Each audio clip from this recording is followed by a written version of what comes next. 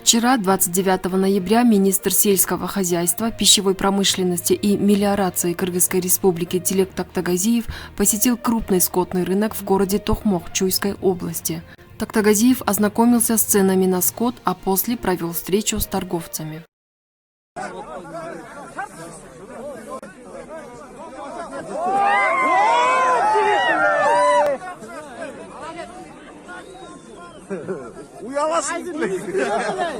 Unutmay kaldı.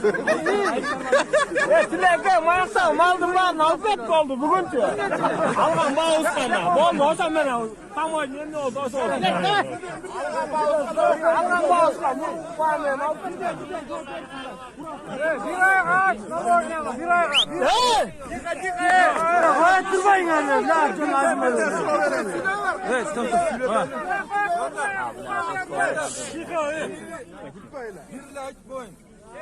Граница açılmak.